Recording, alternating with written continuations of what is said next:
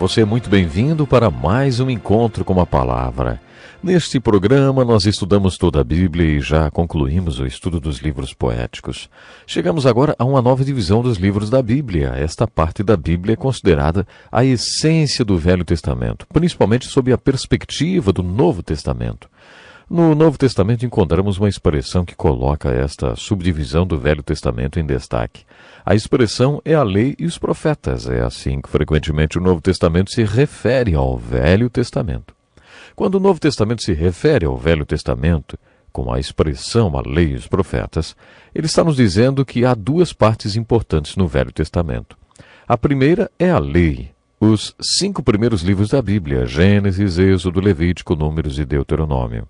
A segunda parte essencial do Velho Testamento é chamada os profetas. É essa parte que abordaremos agora aqui no nosso estudo, iniciando com o livro de Isaías. Eu disse no resumo da Bíblia que há 10 tipos de livros na Bíblia. Há 5 tipos no Velho Testamento e 5 tipos no Novo Testamento. No Velho Testamento temos os livros da lei, os livros históricos, os livros poéticos e os livros dos profetas maiores e dos menores. No Novo Testamento temos os 4 evangelhos que são biografias de Jesus, um livro histórico, as cartas de Paulo, as cartas gerais e um livro profético, que é o Apocalipse. No Velho Testamento, entre os livros da lei e os livros proféticos, há 2 tipos de livros, os livros poéticos e os livros históricos. Os livros históricos são compostos pelos livros de Josué até o de Ester. Acabamos de estudar outra divisão que está entre a lei e os profetas, os livros poéticos. Uma das coisas mais importantes a respeito dos livros históricos é que eles nos dão o contexto histórico no qual os profetas viveram e pregaram e muitas vezes sofreram e morreram. Você deve estar lembrado que quando estudamos os livros históricos eu disse que devemos mesclar os profetas nesses livros porque todos eles se encaixam em algum lugar no contexto histórico dos livros históricos. Os escribas e rabis referem-se aos livros poéticos como os escritos, para distingui-los da lei e dos profetas. Os escritos ou os livros poéticos, eles são poesias inspiradas. No entanto, a essência do Velho Testamento são a lei e os profetas. Quando estudamos os 5 primeiros livros da Bíblia, diz que eles são o fundamento da Bíblia. É por isso que estudei tanto os livros da lei. Agora que estudaremos o livro de Isaías e os profetas, devemos ter consciência que também estamos abordando outra parte essencial do Velho Testamento. Encontramos com frequência no Novo Testamento a expressão os profetas.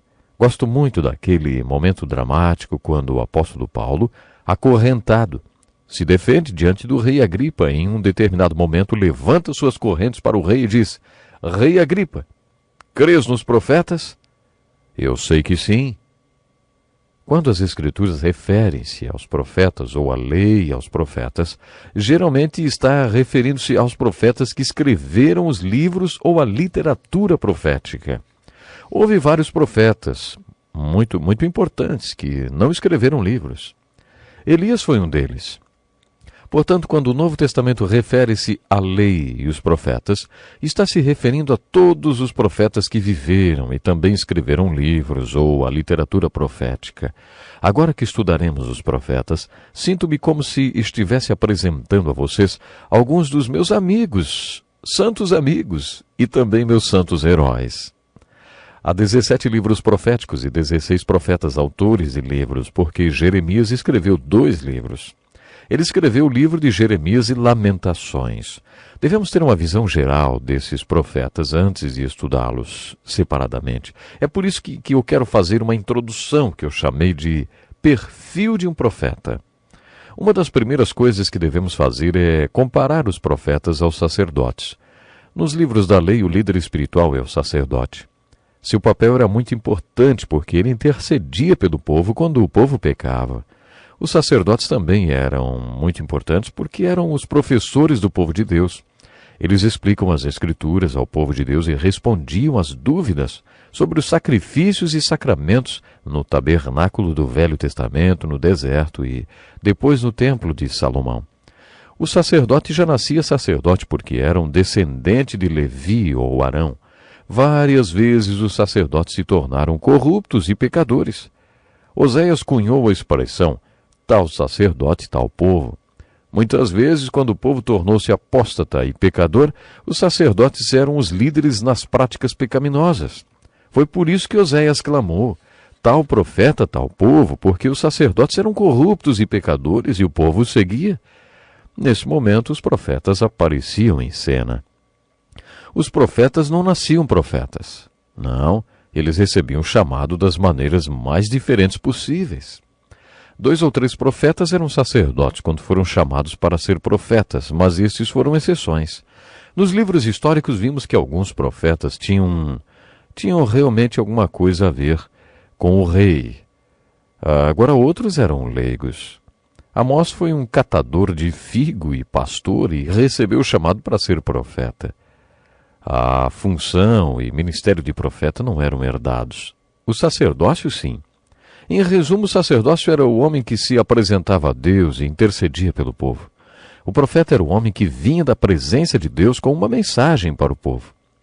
Alguns até diziam, se não tinha um problema, não tinha um profeta.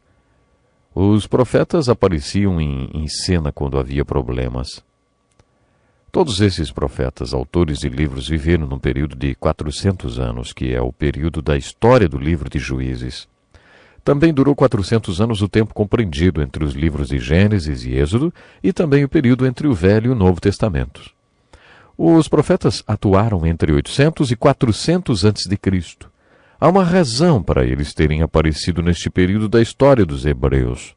O povo era pecador e idólatra, adoravam outros deuses, e o julgamento de Deus estava prestes a vir sobre eles da forma da invasão dos assírios e do cativeiro do Reino do Norte. Esse episódio foi seguido por um período de aproximadamente 100 anos, quando aconteceu a invasão babilônica e o cativeiro do Reino do Sul. A maioria dos profetas precedeu os períodos das invasões e conquistas pela Síria ou pela Babilônia, ou então as pregações deles aconteceram durante esses eventos. Dos 16 profetas, 3 deles ministraram ou pregaram depois desses cativeiros e estão relacionados à restauração e reconstrução posteriores ao retorno do povo de Deus do cativeiro babilônico. A maioria dos profetas precede as conquistas e cativeiros ou ministraram durante eles. Os profetas que precederam o cativeiro assírio do Reino do Norte e o cativeiro babilônico do Reino do Sul pregaram essencialmente essa mensagem. Se vocês tiverem um avivamento espiritual e sinceramente se arrependerem dos seus pecados de idolatria, as invasões e cativeiros assírios e babilônicos não acontecerão. Esses profetas clamaram por um avivamento espiritual e por arrependimento. A grande maioria do povo se fez de surda e a pregação foi ignorada. Os profetas foram ridicularizados e vários até martirizados. Muitos morreram porque pregaram uma mensagem que ninguém quis ouvir. Quando os profetas percebiam que o povo não ouvia a mensagem deles, pregaram assim: a invasão e o cativeiro virão, e quando vier, será o julgamento do Todo-Poderoso sobre vocês, porque não se arrependeram da sua idolatria. Como já vimos no estudo dos livros históricos, nunca mais se ouviu a respeito do Reino do Norte, depois que os assírios o conquistaram. Essas 10 tribos, antes denominadas Israel, foram para o exílio do esquecimento.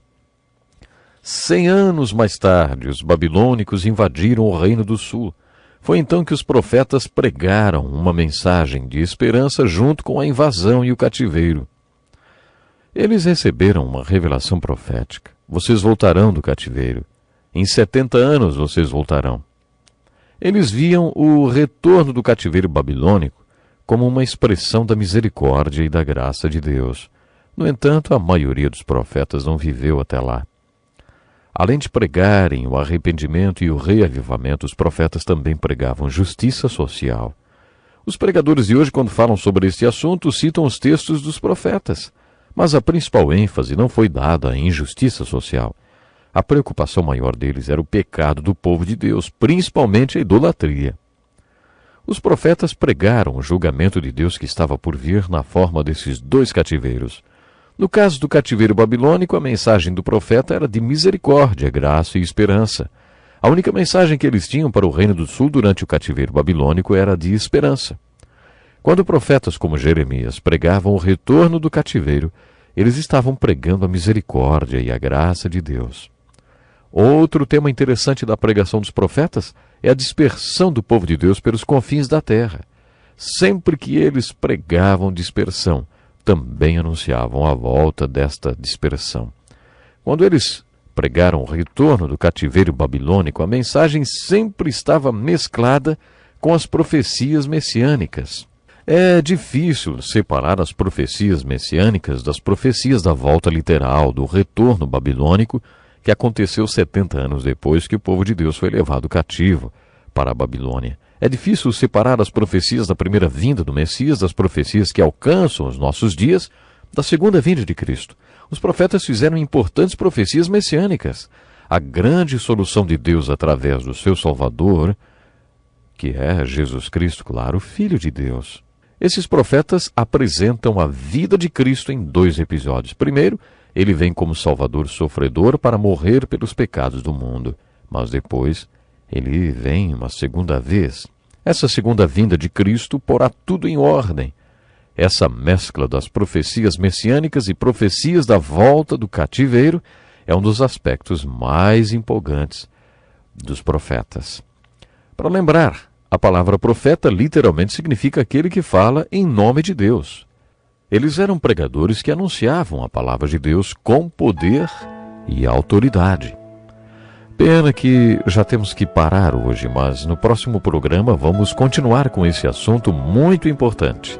Na verdade, toda essa história maravilhosa, todo esse estudo nos mostra o amor de Deus, como Ele sempre fez questão de demonstrar seu amor e misericórdia, inclusive, claro, através das mensagens dos profetas.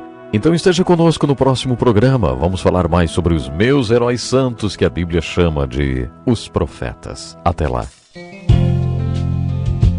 Este é um estudo escrito pelo Dr. Dick Woodward, na voz do pastor Edson Bruno.